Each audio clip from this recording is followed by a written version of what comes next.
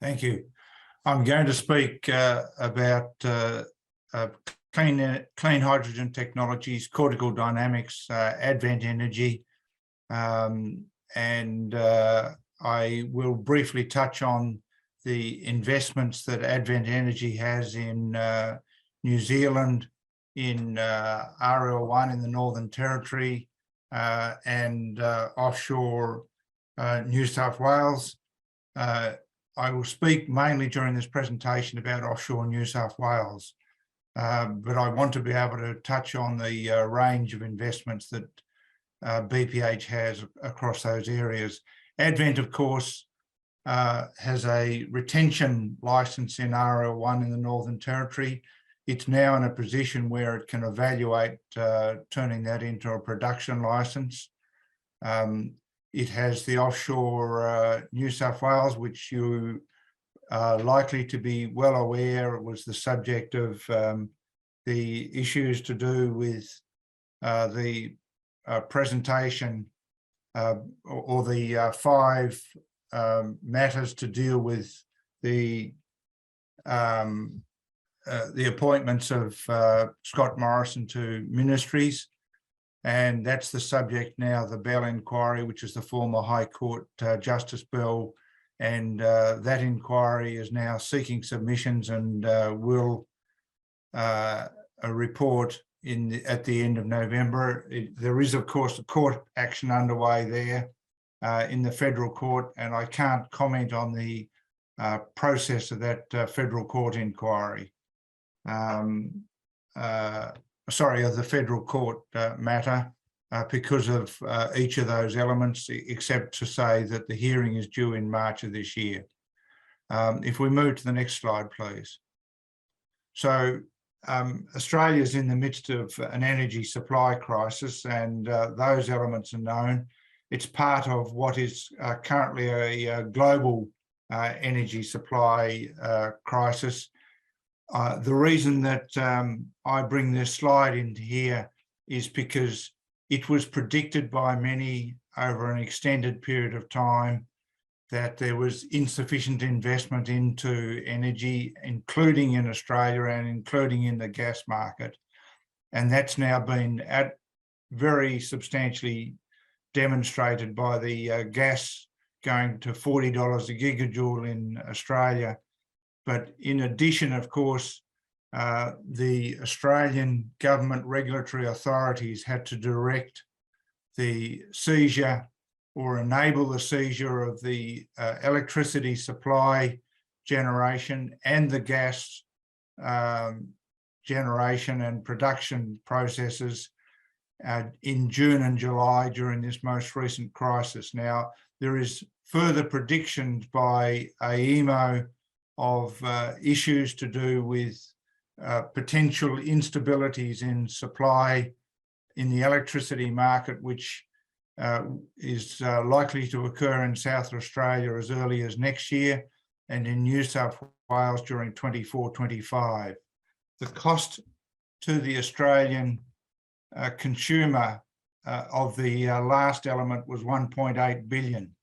That is dwarfed by what has just occurred in the UK, where there was civil insurrection and parties refusing to pay their bills.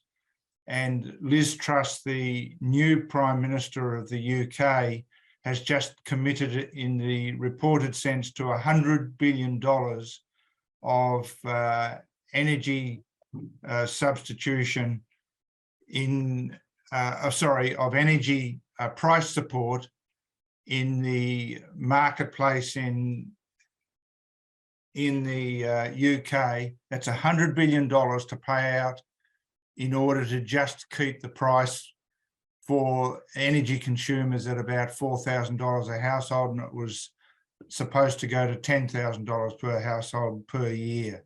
Extraordinary elements going on here in the international marketplace. So the Resources Minister, Madeleine King, has now said that there should be a freeing up of gas reserves in the Australian marketplace, and I'll talk more on that in a moment. Next slide, please. So The PEP11 project, 30 kilometres south-southwest of Newcastle and about 26 kilometres out to sea, has the potential to contribute to and perhaps address those forecast gas shortages in the East Australian market. In addition, of course, it's a recognised area for potential future carbon storage. That is the area of the PEP11 project. And there are 300,000 jobs that rely on gas supply in New South Wales. So this is a really significant issue, and potential alternate supply is critically important. Next slide, please. This slide addresses our investment in clean hydrogen technologies. Essentially, the main reason that we've invested into clean hydrogen technologies, that is BPH and Advent have taken between them 10% of this company, is demonstrated quite clearly in this slide. The potential for clean hydrogen is to produce hydrogen at around $2 a kilogram versus electrolysis, which is between $7 to $11 a kilogram. Of course, the other element of that is that it produces that with no CO2 emissions, and I'm going to cover that off in the next slide, please. If we can move there. So the investment in clean hydrogen is a technology that was proved 10 years ago. It was a success in that it produced hydrogen from waste heat gases, and it was supposed to also simultaneously produce high quality carbon nanotubes. It failed in the objective of the high quality carbon nanotubes for the entirety of its production. It produced those, but here we have an example of a product that didn't work in the way that people wanted it to work at the time, because what it showed was that it could produce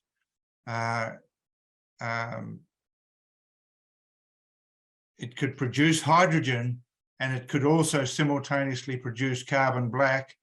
And now, of course, 10 years on, we have the position where people around the world are looking for hydrogen production technologies that are capable of meeting the requirements of the energy substitution in the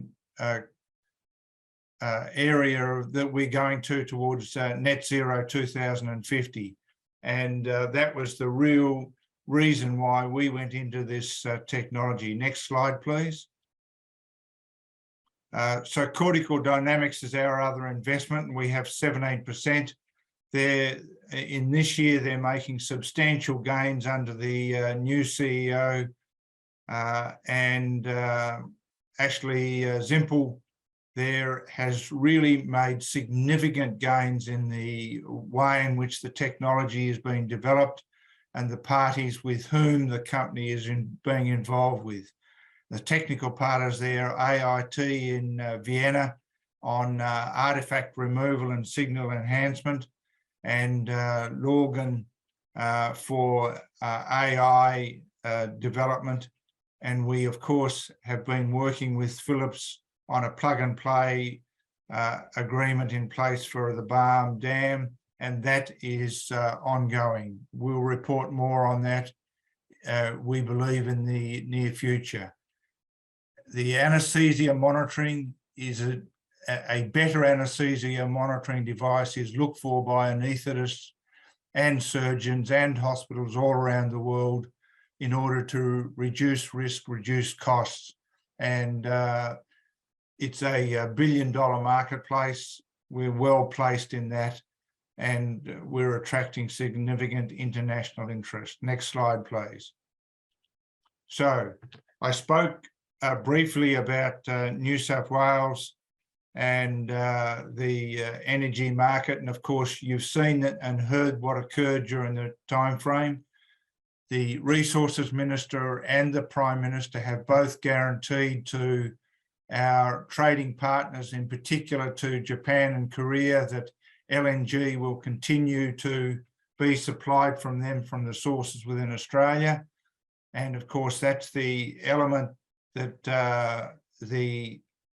of supply constraints in a global positioning and an Australian positioning, where Victoria is due to the offshore fields in Victoria are due to reduce by around 43%. Now, here, these couple of characteristics show just how crucial this supply issue is. UK has just taken an LNG shipment out of Australia, in other words, from the other side of the world. There are 25 new LNG FSRU import facilities being constructed, built or designed in Europe at the moment as a result of the Russian invasion of Ukraine. The European community now accepts gas and looks to gas as a baseload power substitute, and sees that occurring for the long term from here. In other words, gas in the global context is critically important. If we can move to the next slide, please. I use this slide. It actually comes from the slide in the first instance comes from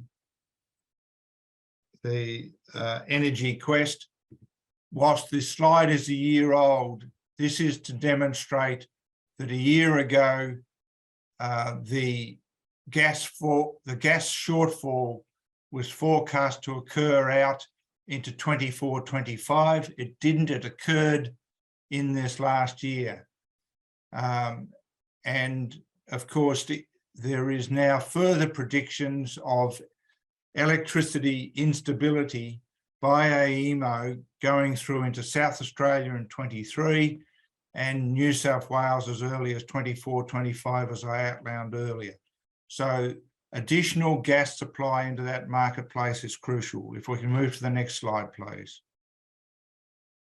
So I've spoken largely about these elements, and we are really seeing now a forecast for further shortages of energy and gas in the Northern Hemisphere during the coming winter.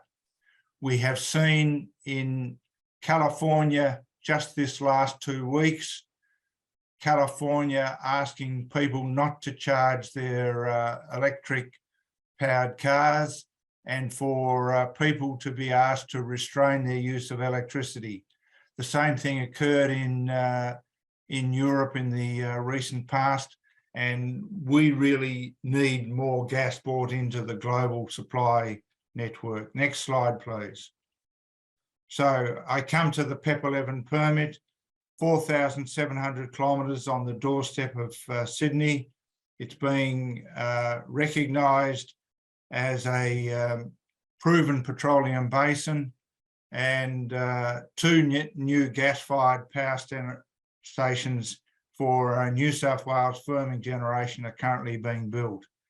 Our investments there, either through the supply of methane into the Newcastle pipeline or by way of hydrogen conversion, subject to the successful development of the investment that we have in the clean hydrogen, both can contribute to the requirement for net zero. Next slide, please. And I won't dwell on these ones, except to say, make a couple of points on each element. The offshore area is recognised as being in the gas window and as being able to potentially provide a viable, mature gas condensate source along the offshore uplift, which is where our permit is. If we go to the next slide, please. We have a a 20 square kilometre area of drilling targets, subject, of course, to all of those relevant approvals and the successful outcome of the federal court challenge. Next slide, please. These demonstrate that in the area at 2,000 metres subsurface that the CSIRO Petroleum Research Division had demonstrated significant potential attributes from the seismic of bright spot, reflection strength, instantaneous frequency. In other words, both direct and indirect indications of hydrocarbon, and that is gas where we're looking to drill. Next slide, please. And if you just keep on clicking through this slide, what this shows is the work that was done by Geoscience Australia and others during 2006 in looking at the sea floor and gas escape features in the sea floor offshore New South Wales during that survey. And there was a further recent one just in the last several months, and there'll be reports out on that further as well. Next slide, please. The reason that this is here is that this sort of gas seepage occurs all around the world, and it occurs both onshore and offshore. The point is here that in areas where geochemical sampling shows that you have hydrocarbons, the technical success rate of wells drilled right around the world was 85%. And of course, we've reported previously on the geochemical sampling that shows and confirms the attributes that I've just talked about a moment ago. I should stop at that point and just go through to the next slide, which has our disclaimer, and thank you. So if we can move to questions. Yeah, sure, David. Hey, now our ex-Prime Minister wore many hats as he walked away, including Resource Minister. Why did he focus on your project in particular? I'll only talk to certain elements of your question. Okay. There was an excellent article by Karen Middleton in the Saturday paper on the 27th of last month, and that set out a very detailed analysis, including independent specialists in administrative and constitutional law, and that newspaper article, as did the extensive other press reporting, make one point only. The only decision that Morrison made during the entirety of the 5 additional secret portfolios that he held was to prevent Keith Pitt from approving the PEP 11 permit extension. Okay, so no more details than that, I understand. So this asset, PEP 11, has been around a long time from my understanding. It goes back some time into the 80s, I believe. There's a lot of, you've got to drill at depth. What makes you believe you can get this off the ground? The change in circumstances that I've outlined in this presentation really show that Australia is short gas. Offshore Victoria being reducing in its capacity to deliver into the marketplace, where in fact AEMO has said that we need an extra 45 gigawatts of power generation, and there is 15 gigawatts of power generation going to go out of the system, and you need, and that's recognised both within Australia and across the world, that you need firming capacity to back up solar and wind. And we don't yet have the capacity, and we, on government figures, we have to spend about $30 billion on just the power connectivity and infrastructure. And so in fact, gas is a really important facet of baseload power back up to renewables. I mean, there are some incredible tailwinds behind your asset here, but it will take some time. I mean, there's a lot of headwinds you have to face before you can get that to market. I mean, what sort of timeframes are we talking about? I won't talk to those timelines precisely. I will talk to market specifics. When Cooper installed their pipeline from a gas production area, which is about 26 kilometres offshore, into the new gas production facility that they were putting that pipeline into, they installed that pipeline in under 6 months. When you have a real need and a recognised support from government, that's why I use this aspect of 25 new LNG import facilities, 5 of which are going to occur in Europe this year. That's new facilities.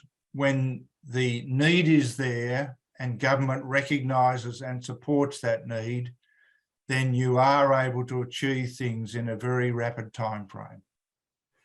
I mean, with respect, David, we are talking about an asset that's 30 kilometres off the coast of Newcastle, though. It would be a long lead time. We haven't produced a determination on that. I take you back to the Cooper period of permitting and installation. It's less than 6 months to put a pipeline in.